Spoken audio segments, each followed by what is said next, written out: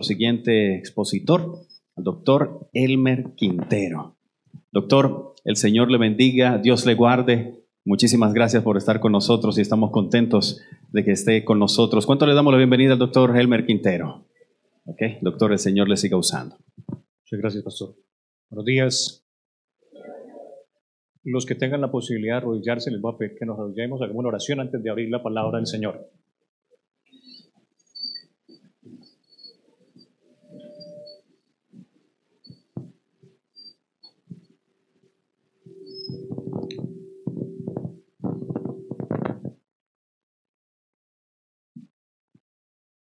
Padre nuestro que estás en los cielos, santificado sea tu nombre. Venga a nosotros tu reino y hágase tu voluntad en la tierra como en el cielo. Danos el pan de cada día a través de tu palabra en esta hora, Señor. Perdona nuestras ofensas, como nosotros perdonamos a los que nos ofenden. No nos dejes caer en tentación y líbranos del mal, porque tuyo es el reino, tuyo es el poder y tuya es la gloria por los siglos de los siglos. Amén.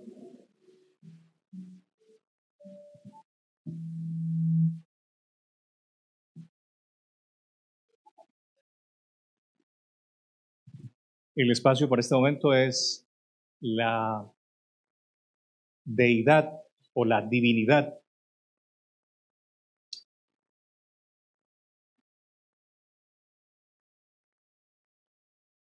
la manera como se conoce a Dios es a través de la revelación. La revelación. Es decir, Dios dice cómo es Él. Romanos 1, versículo 19. Porque lo que de Dios se conoce les es manifiesto, pues Dios lo manifestó. Lo que se sabe de Dios es porque Dios lo ha dicho.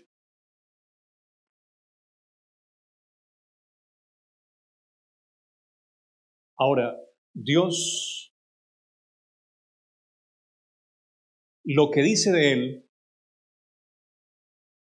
lo que Él afirma de Él, se debe asumir de manera evidente. Y eso nos lo deja ver también el versículo 19 de Romanos 1.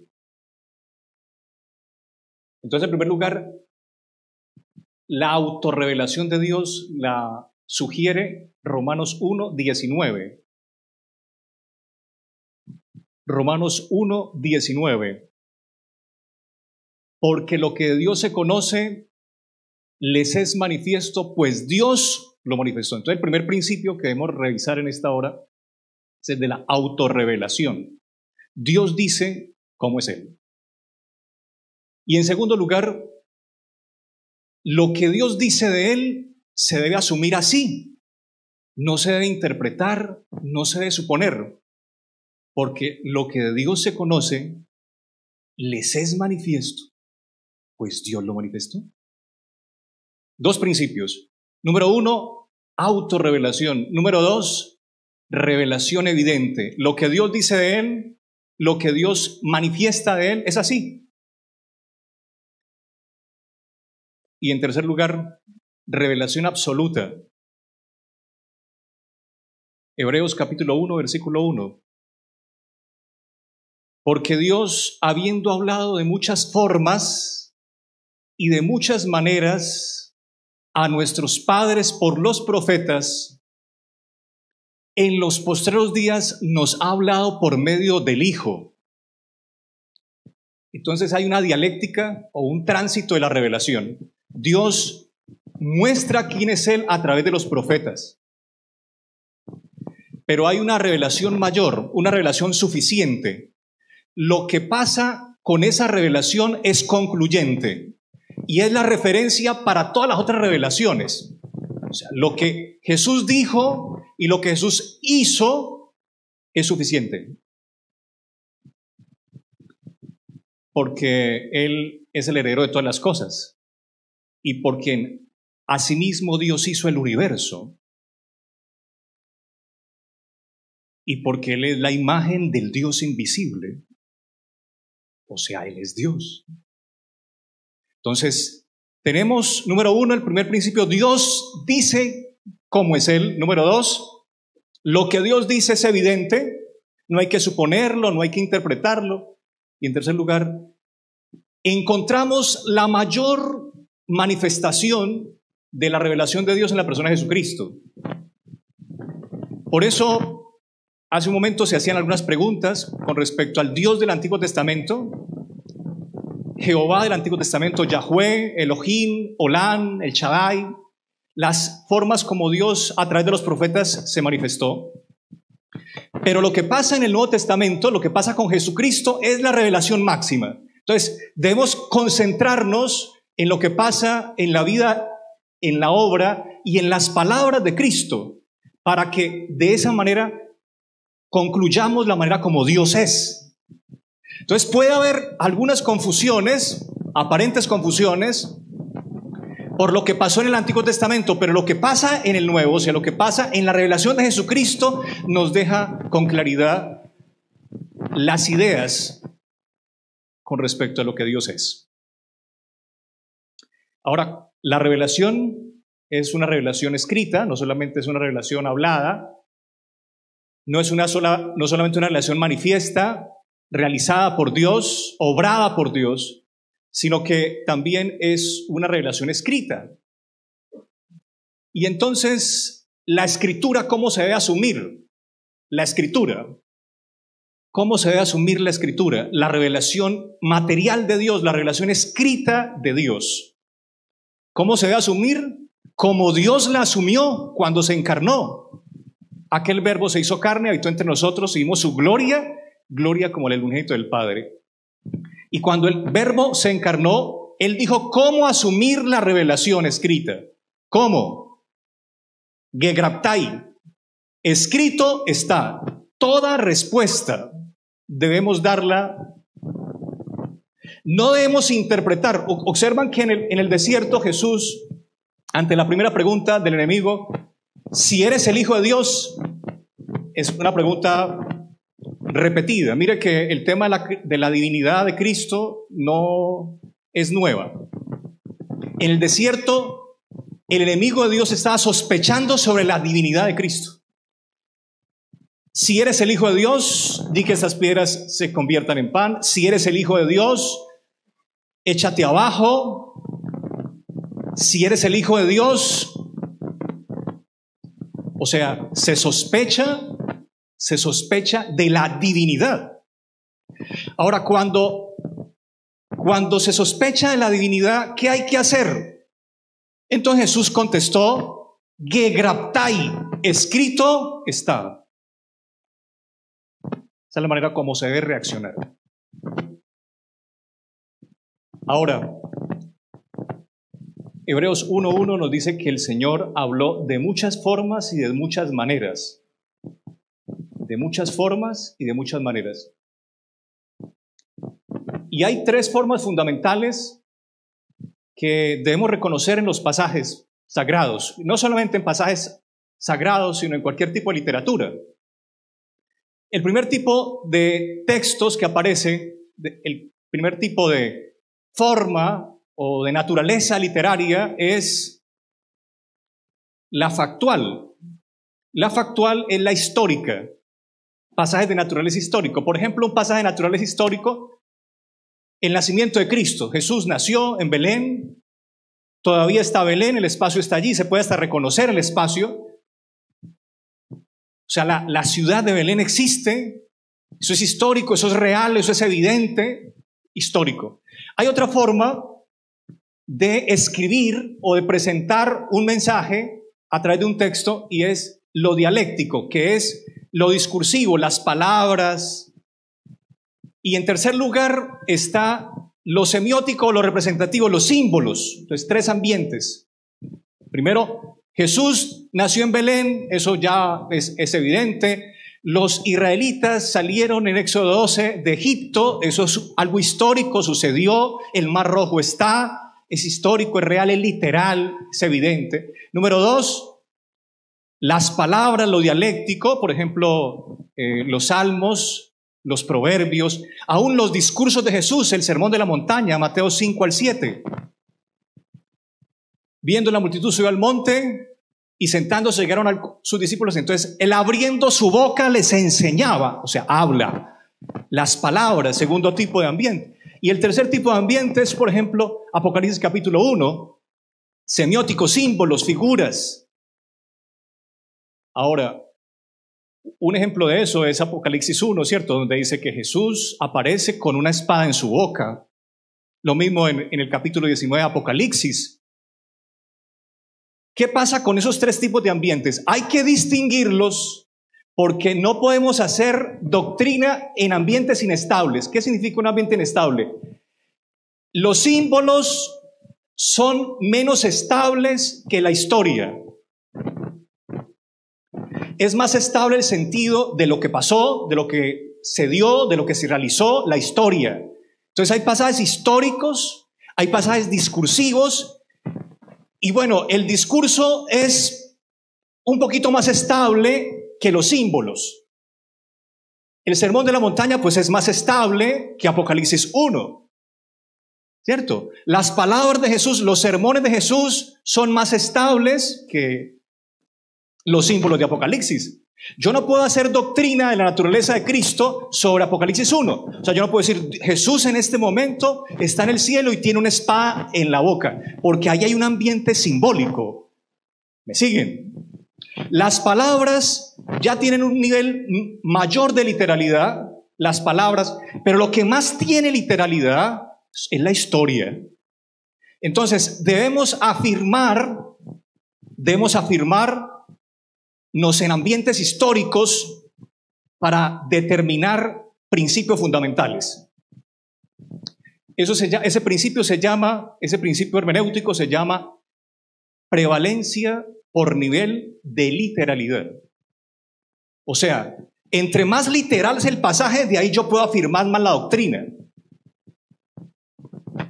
Ahora, ¿de dónde asumimos esto? Jesús dijo en el capítulo 14, versículo 11 de Juan, le dice, pues si ustedes no me creen por las palabras, créenme por las obras. O sea, las obras tienen un sentido mayor de significancia que las palabras, las obras.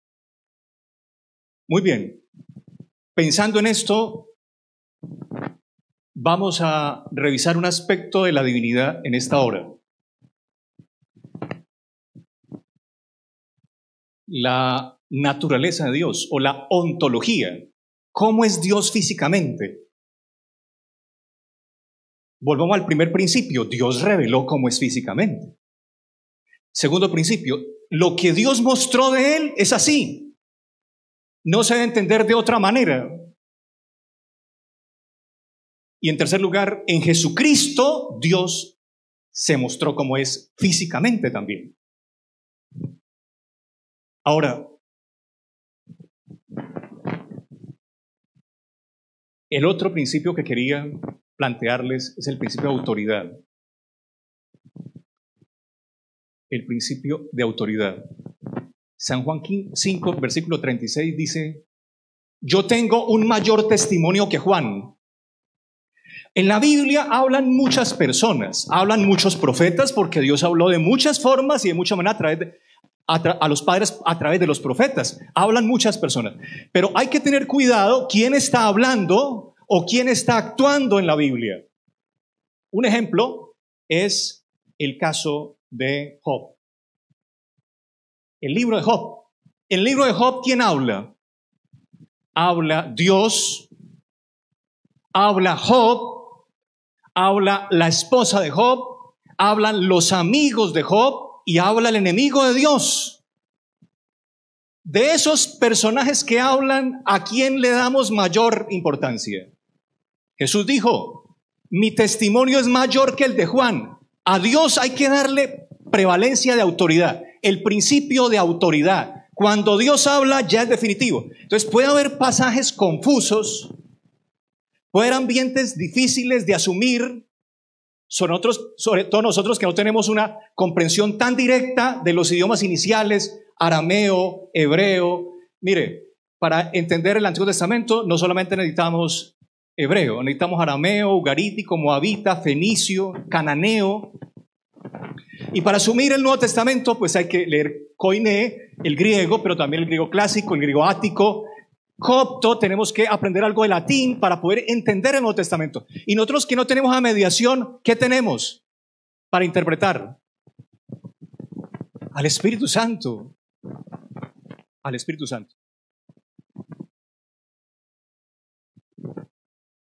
Ahora, el aspecto de la divinidad que estamos en este momento asumiendo es de la naturaleza. Pero en la naturaleza hay muchos elementos. Por razones de tiempo vamos a tratar de enfocarnos en el aspecto central, que es la distinción ontológica. ¿Qué es eso? Que son varios. ¿Son varios o es uno solo? Ese problema ha estado presente en todos los tiempos. Deuteronomio 6:4 dice: oye, oh Israel, Shema Israel, Jehová nuestro Dios, Yahweh Elohinu, Jehová, uno es, Yahweh Echad. Ya hay ese pasaje nos está sugiriendo ideas sobre lo que Dios es. Por ejemplo, si vamos al hebreo, si nos acercamos al hebreo, encontramos que oye es Shema, oye, Israel es Israel, Yahweh, Jehová. Los hebreos, los judíos no pronuncian el nombre Jehová, ahí lo sustituyen por Adonai o por Shen, el nombre, pero yo me autorizo a decir Yahweh o Yahvé o Jehová, Jehová, nuestro Dios. Y ahora dice Yahweh Elohinu, Yahweh Elohinu, y Elohinu es un derivado, Elohinu es nuestro Dios, es un derivado de Elohim. Y Elohim, ustedes saben que tiene connotaciones de pluralidad. Algunos dicen, ya está Dios manifestando ahí que son varios. Ok, esa es una postura autorizada. Y otra es que indica plenitud, pero Elohim ya indica varios. Indica varios. Pero entonces dice, mira la estructura en hebreo. Jehová, nuestro Dios. Pero dioses podría decirse nuestro dioses o nuestro Dios. Y ahora dice Jehová, uno es. Pero entonces, ¿cómo hacemos para entender pasajes como estos? Otra vez, volvamos a los principios de revelación y los principios de interpretación. Tenemos que ir a Jesús, a un ambiente donde Jesús nos habla acerca de Dios. Ok, listo. Ese es el primer principio. Jesús es la autoridad, ¿cierto? La máxima revelación, lo que Dios diga de él. Ok, pero si le sumamos otro criterio, y es el de la facticidad, o sea, del hecho, de lo histórico, del tipo de pasaje. O sea, buscamos un pasaje histórico. Número uno, buscamos que sea Dios el que habla o el que obra. Número uno. Porque Él es la máxima autoridad, ¿cierto? En segundo lugar, buscamos un ambiente estable para interpretar, y entonces buscamos el ambiente de la historia, porque en las palabras puede haber confusión. Felipe le preguntó, Señor, muéstranos al Padre y nos basta, Juan 14. Felipe, tanto tiempo que estoy con vosotros y no me habéis conocido, Felipe. El que me ha visto a mí ha visto al Padre. ¿Cómo tú dices, muéstranos al Padre? ¿No sabéis que el Padre está en mí? Felipe, tanto tiempo. Pero las palabras de Jesús a uno le generan perplejidad. Las palabras. Pero entonces vamos a buscar un ambiente que sea histórico, real, para poder afirmar el aspecto de la distinción ontológica de Dios, la diferencia de personas en la divinidad. Y para eso vamos a recurrir a Lucas capítulo 3. Lucas capítulo 3. Lucas capítulo 3. Este pasaje está en todos los evangelios del Nuevo Testamento, en todos, incluyendo a Juan. Lucas 3:21. Aconteció, observen esta palabra. En español se está traducida así. Me gusta la traducción porque introduce la naturaleza del pasaje. Aconteció, o sea, sucedió, se dio, fue una realidad, pasó que cuando todo el pueblo se bautizaba, también Jesús fue bautizado y orando el cielo se abrió. Y descendió el Espíritu Santo sobre él en forma corporal como paloma, y vino una voz del cielo que decía: tú eres mi Hijo amado, en ti tengo complacencia. En este pasaje no solamente está hablando Dios, sino que está obrando Dios. Y como está obrando Dios, es un pasaje histórico. Entonces es referencia de doctrina, porque es un pasaje histórico. Y Dios es el que está actuando. Y Dios es el que está hablando. Ahora, eso es real, eso pasó, eso sucedió. Y entonces aconteció que cuando todo el pueblo se bautizaba, también Jesús fue bautizado. Y orando el cielo se abrió y descendió el Espíritu Santo sobre él en forma corporal como paloma, y vino una voz del cielo que decía: tú eres mi Hijo amado, en ti tengo complacencia.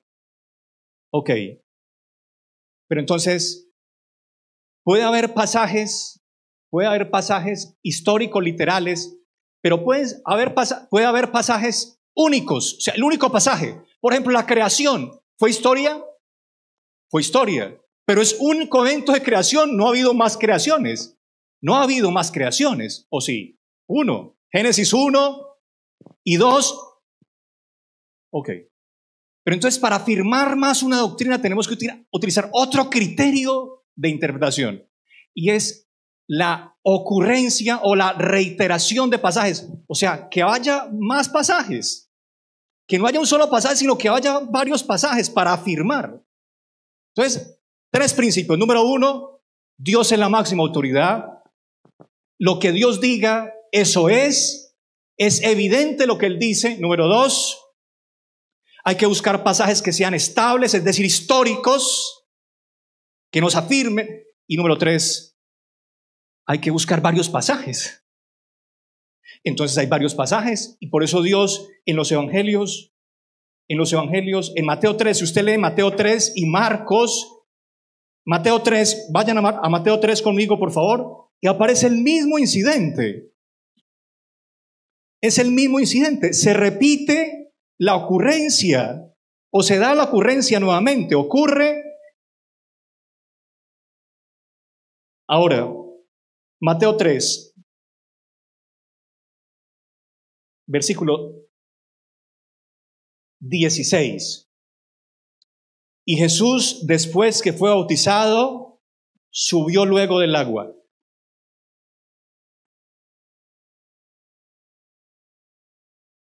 ¿Dónde está Jesús? En el río Jordán, ¿cierto? En el agua.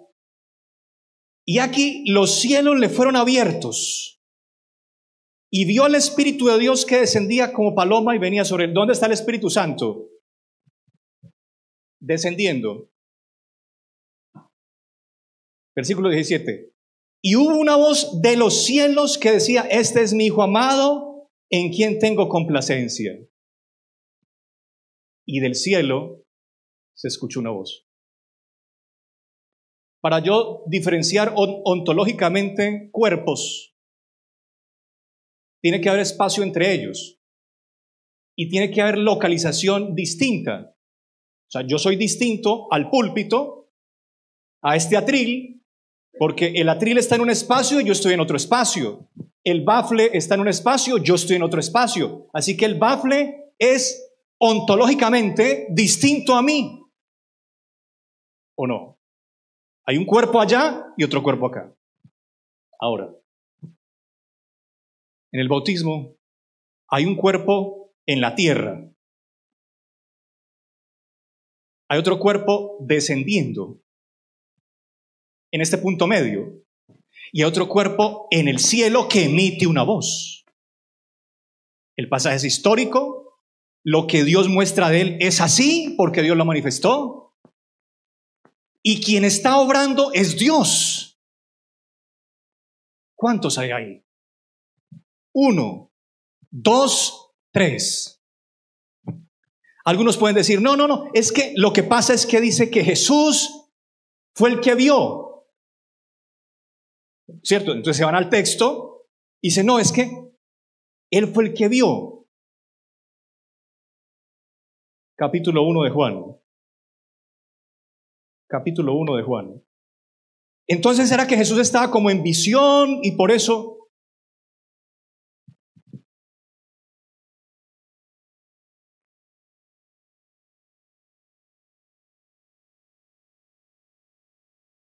Versículo 29.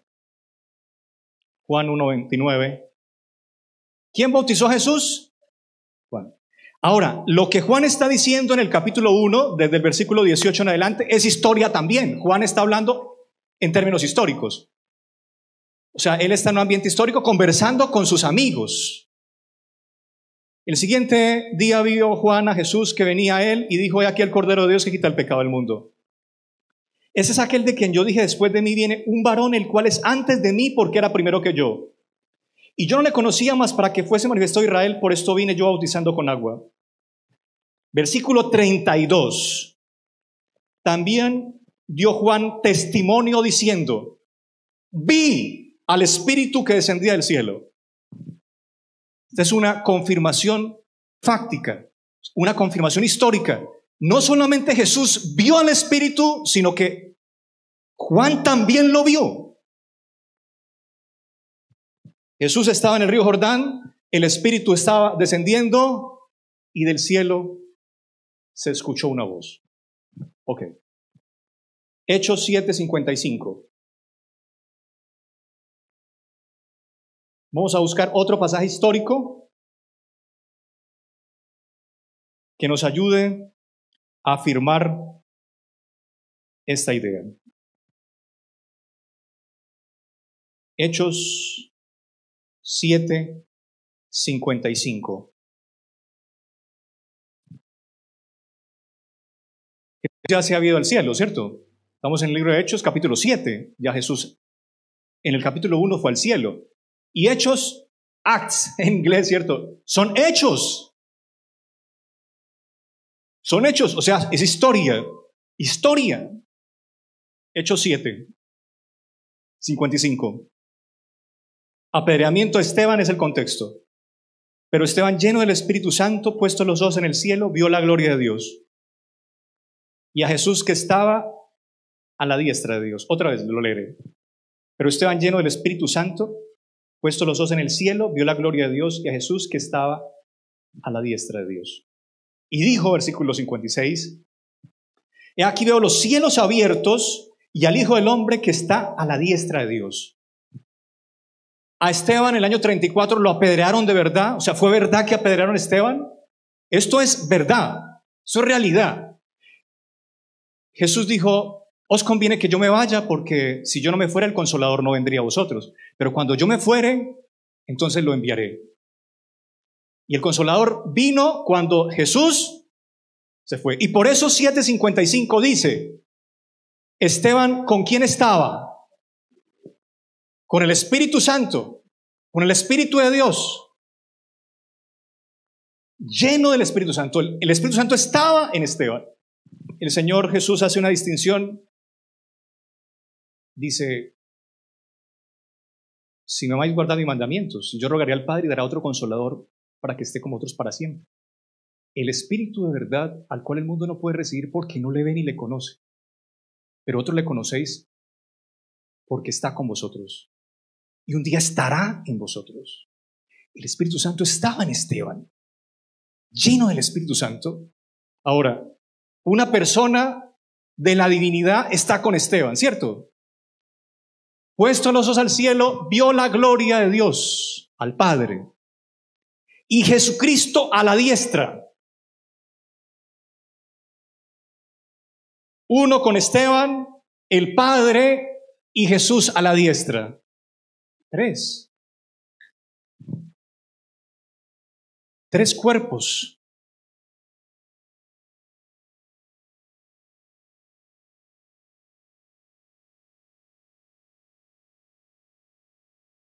Dios habló, lo habló en la mayor manifestación de Dios, lo reveló en la mayor manifestación de la revelación de Dios, que es en Jesús. Cuando Jesús vino a la tierra, el ambiente es histórico. Dios lo hizo y lo dijo.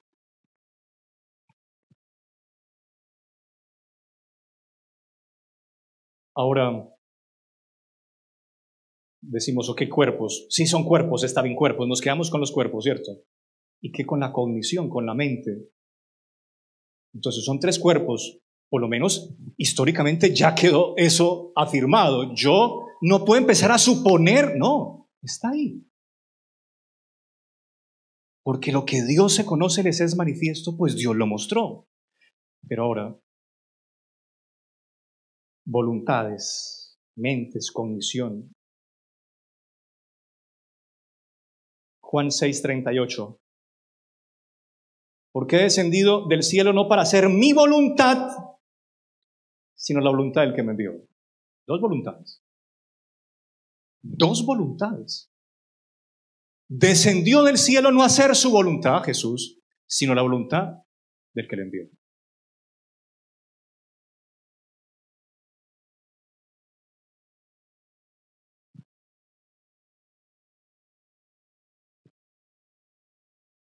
Distinción volitiva. El Padre tiene una voluntad, el Hijo tiene otra voluntad. Son 2 voluntades. ¿Quién lo está diciendo? Jesús. Bueno, no es suficiente, no es suficiente la declaración de Jesús. Ok, un pasaje histórico entonces, un pasaje histórico, otro pasaje histórico, Mateo capítulo 26.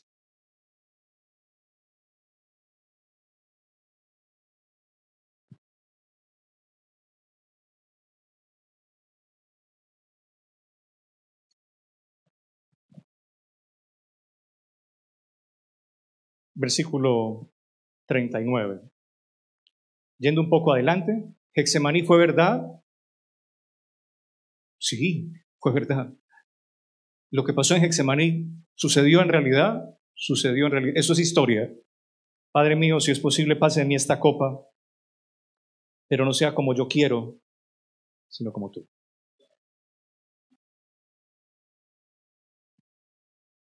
Versículo 42. Otra vez fue y oró por segunda vez diciendo, Padre mío, si no puede pasar de mí esta copa sin que yo lo haga, hágase tu voluntad. Voy a decir algo con preocupación, pero eso le está diciendo el Padre, yo no quiero morir por el hombre, quiero morir. Si se puede, no lo que yo quiero, pero finalmente dice, lo que quieres tú.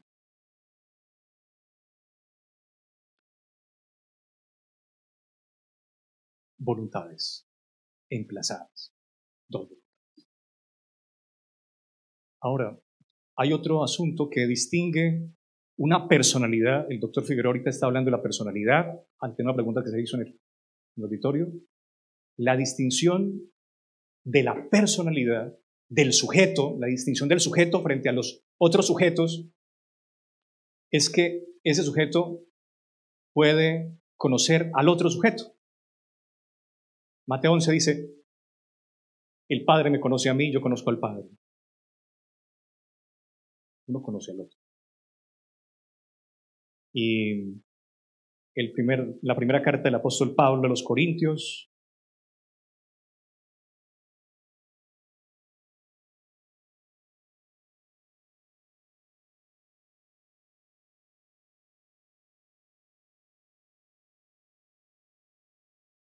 capítulo 2, versículo 10. Pero Dios nos las reveló a nosotros por el Espíritu. Ya sabemos que el Espíritu tiene un cuerpo distinto. Okay. Porque el Espíritu todo lo escudriña aún lo profundo de Dios. Eso en psicología cognitiva se llama teoría mental. Yo puedo entender al otro. Y para yo entender al otro, yo tengo que ser otro. El Padre conoce al Hijo y el Hijo conoce al Padre. Y el Espíritu todo lo escudriña aún lo profundo de Dios.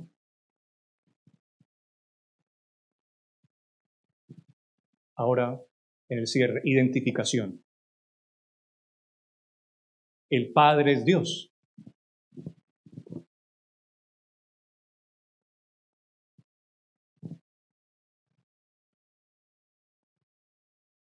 Vamos al apóstol Pedro, por favor.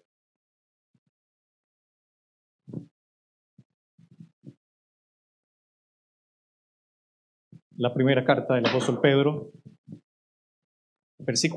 capítulo 1, versículo 2. Elegidos según la presciencia de Dios Padre. Eso de que decimos Dios Padre, Dios Hijo y Dios Espíritu Santo, la Biblia lo deja. ¿Cómo llama la Biblia al Padre? Dios. Dios Padre. Elegidos según la presciencia de Dios Padre. Marcos capítulo 1, versículo 1.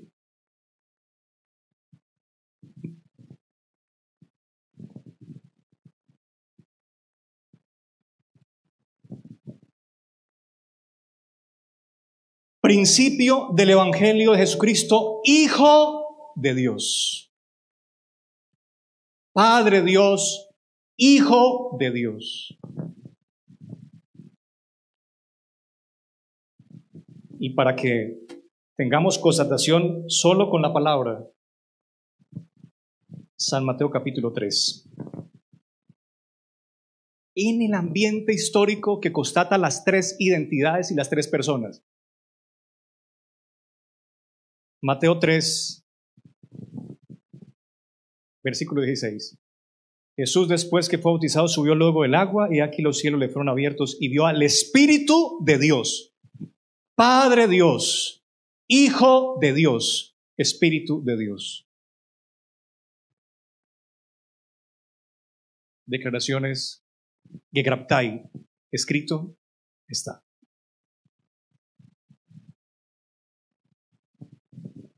Vamos a escuchar ahora al auditorio formular preguntas.